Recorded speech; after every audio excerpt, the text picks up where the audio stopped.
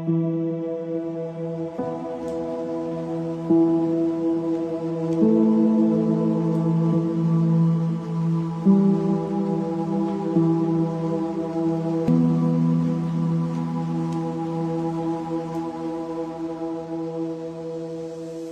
message s'adresse à toutes celles et ceux qui portent le masque et ferment leurs yeux et leurs oreilles par peur, par déni ou par ignorance.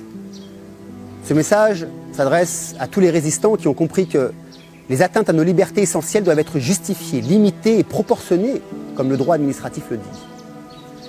Quelle que soit votre position actuelle, surtout si vous avez peur, sachez que ce n'est pas une honte ni un délit. La peur est juste une incompréhension du moment présent. Vous avez peur car vous vous projetez dans un futur qui n'existe que dans votre tête. Et dans bien des cas, cette image du futur vous a été injectée par de la propagande à des fins politiques, des fins économiques et limite sataniques. Ce message s'adresse aussi aux représentants et aux présidents des pays qui appliquent des règles dictatoriales par rapport à la gestion de la crise du Covid. Comme ici, en créant des lois où le citoyen n'a plus le droit de critiquer les décisions gouvernementales sur la gestion du Covid, ni d'attaquer en justice les représentants du gouvernement sur ces mêmes décisions, ni de poster son ressenti sur les réseaux sous peine de prison. Et cette loi est active jusqu'en 2022. Ce qui nous annonce déjà que nous n'en sommes qu'au début. Ce message s'adresse aussi aux ministres de la Santé, aux cartels et lobbies pharmaceutiques et aussi aux représentants des forces de l'ordre qui, pour certains, ont perdu leur cœur et leur raison d'être humain, préférant taper sur des citoyens désarmés et sans masque uniquement par peur de perdre leur salaire à la fin du mois.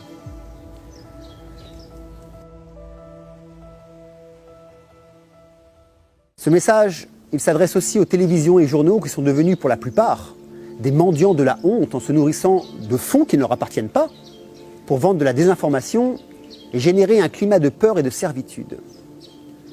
Alors, messieurs, mesdames, politiciens, politiciers, lobbyistes, et certains journalistes, certaines de vos attitudes me désolent. Dans nos villes soi-disant modernes, sous les masques, les gens manquent d'air. Mais ils manquent aussi et surtout de rêves. Je tiens à vous rappeler les faits. Tout d'abord, je parle en mon nom en tant que terrien libre de toute attache, libre de toute loi, hormis celle auquel je décide de donner mon accord. Je n'ai qu'une seule devise. Rien ni personne ne peut atteindre l'intégrité de l'être que je suis. Cela signifie qu'il n'y a aucun être sur cette terre, et aucune chose qui pourra enlever mon intégrité. Je suis maître et décisionnaire de ma vie, de la manière dont je veux la vivre, où et avec qui, et de la manière dont je déciderai de mourir. Je parle aussi au nom de ceux et celles qui pensent que nous ne sommes pas des esclaves et ne veulent pas le devenir. Au nom de ceux et celles qui disent ne pas avoir besoin de recevoir d'ordres dictatoriaux pour mener leur vie, et avoir le droit de choisir de quelle manière ils veulent vivre sans recevoir d'ordres non justifiés, portant atteinte à leur liberté fondamentale d'être humain.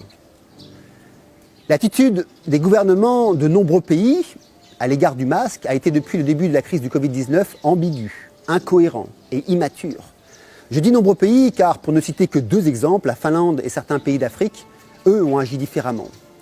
Alors oui, ambiguë, incohérente et immature. Tout d'abord en annonçant qu'il était inutile, voire dangereux, puis encouragé et enfin obligatoire, assorti d'une amende de 150 € en France, 250 € en Belgique, 100 000 roupies en Indonésie, assorti de sanctions pénales dans certains pays. Aucune étude scientifique à ce jour n'a pu démontrer et prouver l'efficacité du masque en lieu clos, et à l'extérieur non plus.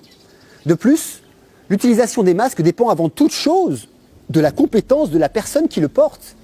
Il y a une différence entre un professionnel et une personne lambda qui se sert du masque et le pose sur une table non aseptisée, puis dans sa poche, le touche et la retouche avec ses mains. Mais l'incohérence est encore plus flagrante en ce qui concerne le port du masque en extérieur. Il n'y a à ce jour aucune preuve scientifique, absolument aucune, de contamination par aérosol en plein air. Et puis, si je ne suis pas malade, je n'ai aucun risque de contaminer mon voisin, n'est-ce pas? Personnellement, je n'ai jamais été positif. Je fais le soi-disant test 3 fois par mois, donc je ne suis un danger pour personne si danger il y a. Donc le port du masque et les distances sociales ne me concernent pas. C'est ce test que je montre quand un policier m'arrête ici et me demande de mettre mon masque sous peine d'amende. Je lui dis que je ne suis pas malade, lui prouve et lui demande en quoi suis-je dangereux. Ne pouvant me répondre sur ma dangerosité envers autrui, il me laisse partir.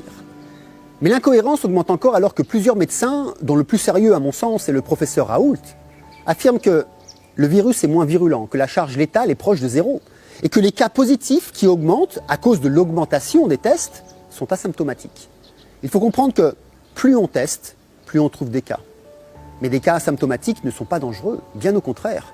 Ils permettent à une immunité collective. Est-ce cela que l'on veut empêcher? De plus, les courbes de décès, d'hospitalisation, de réanimation sont plates depuis des semaines. Alors pourquoi ces mesures? Et quel message le port du masque nous envoie à notre cerveau? Tout d'abord, rappelez-vous que nous sommes des êtres humains qui ont besoin de respirer correctement pour vivre correctement. Ensuite, toute information qui arrive à notre cerveau est enregistrée. Et toute information qui est répétée a comme pouvoir de s'ancrer dans notre mémoire.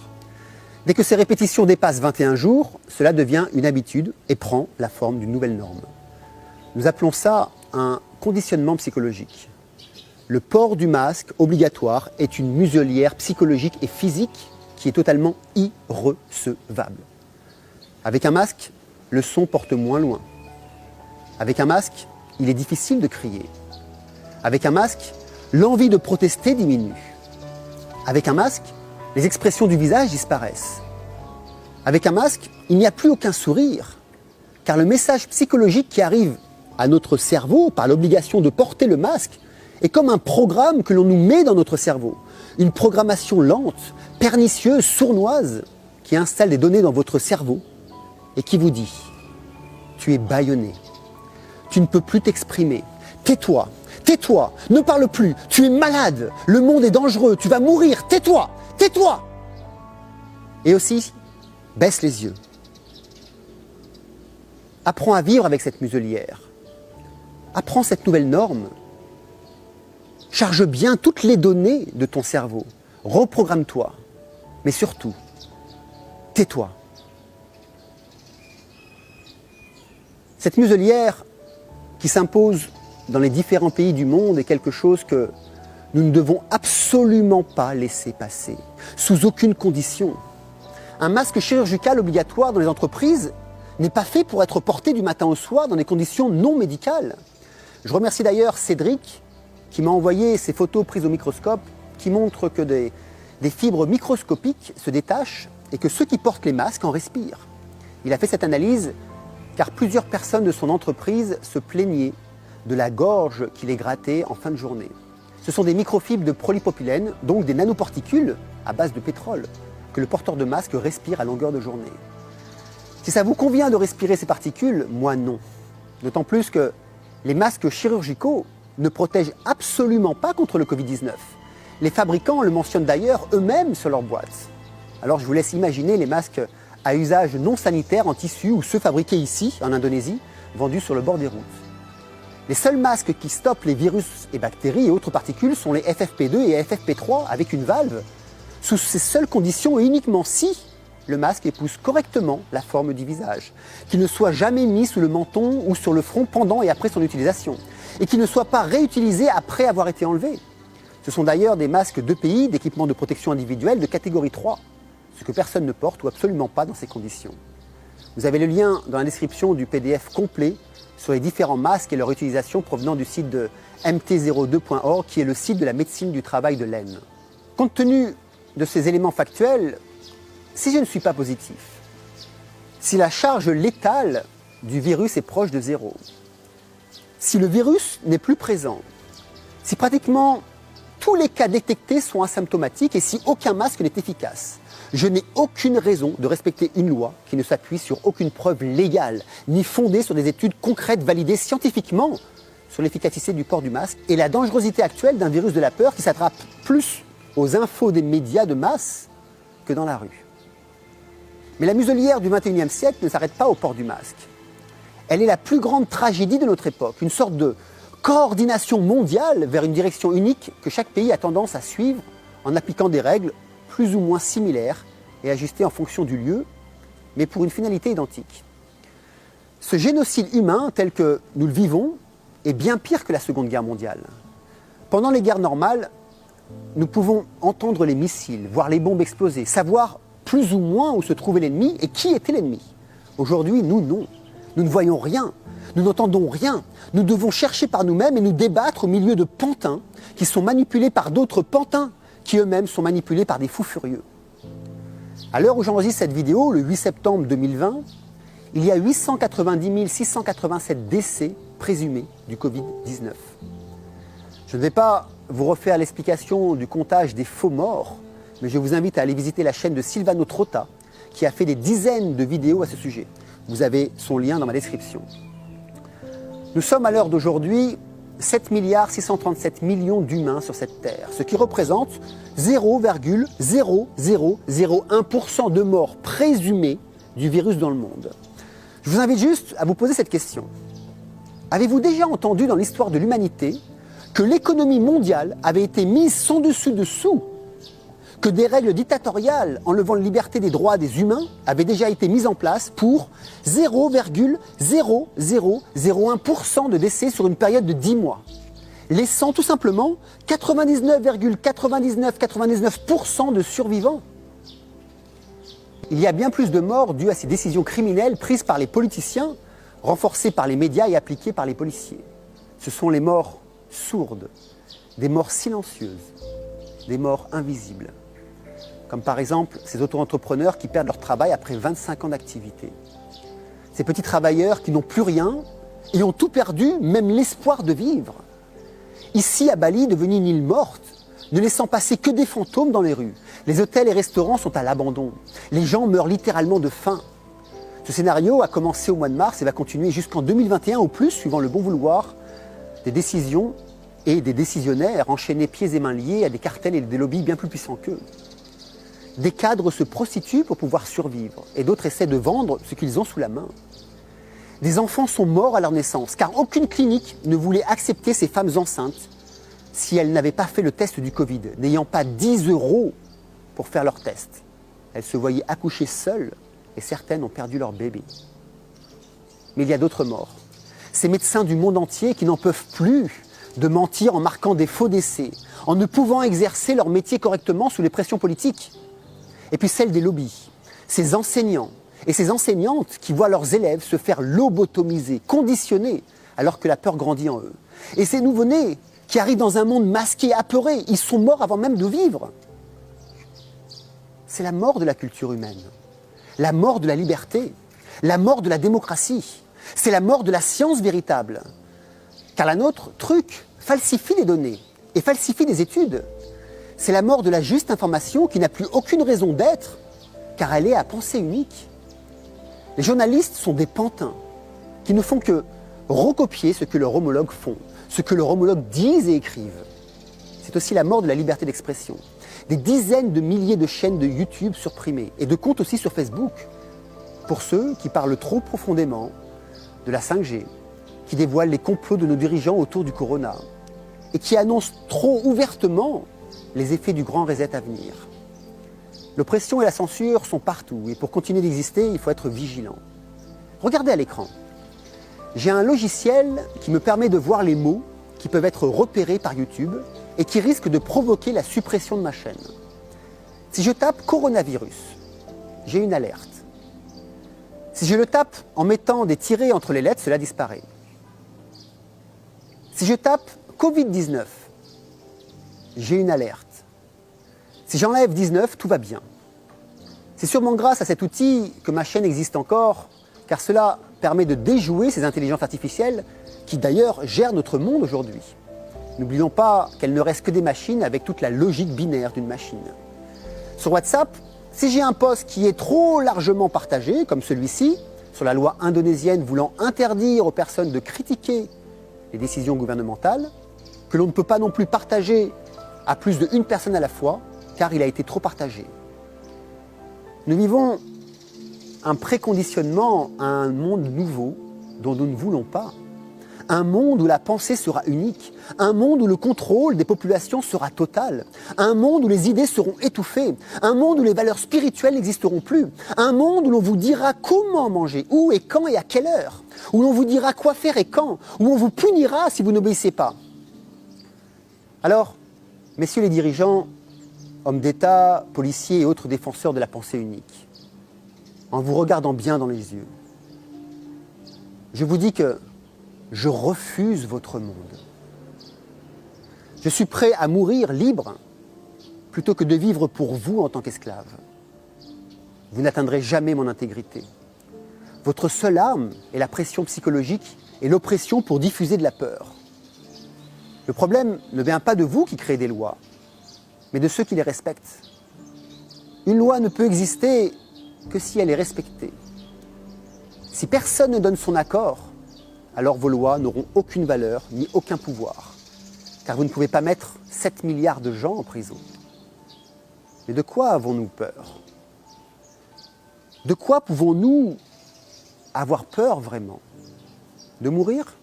Nous allons tous mourir. Alors, 10 ou 20 ans de plus ou de moins, cela ne changera rien. Je ne suis pas addict à la vie comme un cocaïnomane peut être addict à sa cocaïne. Votre jeu fonctionne sur des personnes qui n'ont pas une vision plus élargie du sens de l'existence que celle de leur travail, de leur famille, de leur crédit, de leur objet.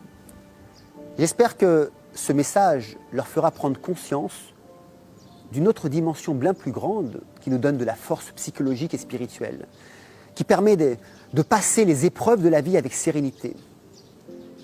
Ma plus grande tristesse, c'est que vous utilisiez ces gens-là pour arriver à vos fins. Cependant, vous avez oublié qu'ils ne représentent pas le monde. Ce n'est pas à la science, ou plutôt à la pseudo-science actuelle, de décider de nos libertés.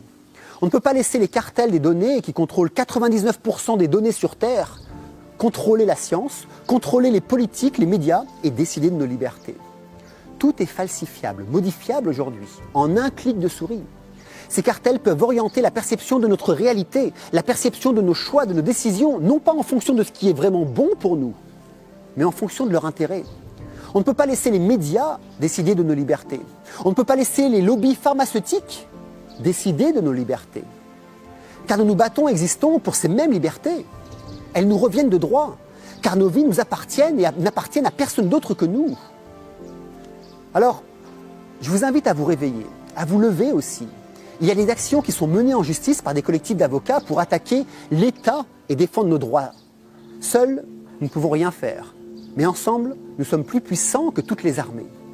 Vous pouvez par exemple rejoindre le collectif d'avocats de Maître Mana et Philippot qui ont déjà porté plainte contre le port du masque. Inscrivez-vous sur leur site et soutenez-les financièrement pour la modique somme de moins de 10 €.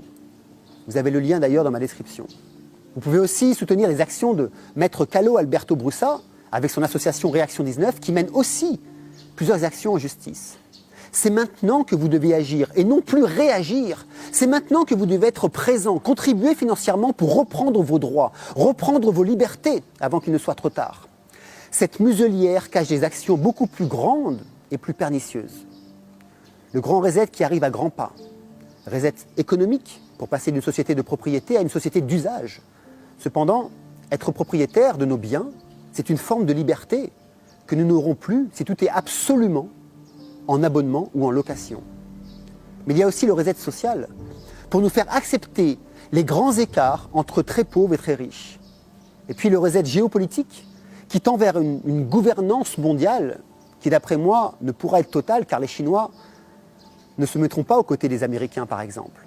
Mais disons majoritairement mondiale, comme nous le vivons actuellement avec la pseudo-pandémie restante. Puis il y a aussi le reset environnemental, comme pour la dictature sanitaire que nous vivons, pour nous imposer une dictature verte. Et puis le reset technologique, qui a pour ligne directrice de contrôler le monde et les populations. Nous en avons déjà un échantillon avec le contrôle social en Chine. Et puis aussi, il y a le reset monétaire, par l'argent électronique. Ceux qui contrôlent vos comptes, contrôlent vos comportements, et donc peuvent anticiper vos décisions. Alors oui, cette muselière du XXIe siècle est le signe du grand changement. Et je vous implore de ne pas accepter l'inacceptable. Car une fois que vous aurez accepté, vous ne pourrez plus revenir en arrière. N'envoyez plus des infos négatives à votre cerveau. Envoyez-lui des infos positives. Envoyez-lui des infos qui lui disent que vous êtes le maître à bord, que le monde n'est pas un danger, que votre voisin, masqué ou pas, n'est pas un danger, qu'un malade n'est pas un danger, mais que le plus grand danger sont ceux qui veulent vous faire croire que tout ce qui vous entoure est un danger. Alors, au lieu d'écouter la petite voix qui vous dit « tais-toi », tais-toi, tais-toi. Prenez le masque, brûlez-le avec le sourire et dites à voix haute, je ne serai jamais esclave de quiconque. Alors, messieurs les présidents, messieurs les lobbyistes, messieurs les forces de l'ordre, messieurs les ministres de la Santé, messieurs les journalistes de masse, maintenant, vous ne pouvez plus dire que vous ne savez pas. Nous vous invitons à modifier votre trajectoire, car si vous êtes à vos places actuelles, c'est parce que nous l'avons décidé. Et votre mission est de protéger le peuple et non de la servir. Si vous ne le faites pas, ça voudra alors dire que vous n'êtes pas là pour le bien et pour le bien-être du peuple, mais contre lui. Et dans ces conditions, vous nous aurez devant vous, devant votre route, et nous n'accepterons aucun de vos commandements. Vous avez divisé le monde, nous le réunifions. Vous êtes la ligne rouge qui s'effondre avec vos anciens schémas. Nous sommes la ligne verte qui monte avec une émergence spirituelle puissante et inébranlable. Voilà, partagez cette vidéo et n'oubliez pas d'aller rejoindre les collectifs d'avocats pour défendre nos droits humains. Gardez le sourire, gardez la joie de vivre, méditez, aimez, partagez, serrez-vous dans les bras, dansez, faites la fête, jouez de la musique, rayonnez de la joie de vivre, exprimez notre nature humaine. Nous sommes les derniers représentants des Homo sapiens. Un nouveau genre Homo est en mutation. Mais de quoi allons-nous accoucher? Homo techno? Homo esclave ou Homo spiritus? Alors, jetez vos masques. Ainsi, vous enverrez d'autres signaux à votre cerveau. Des signaux qui lui diront que vous êtes le ou la seule décisionnaire de votre vie.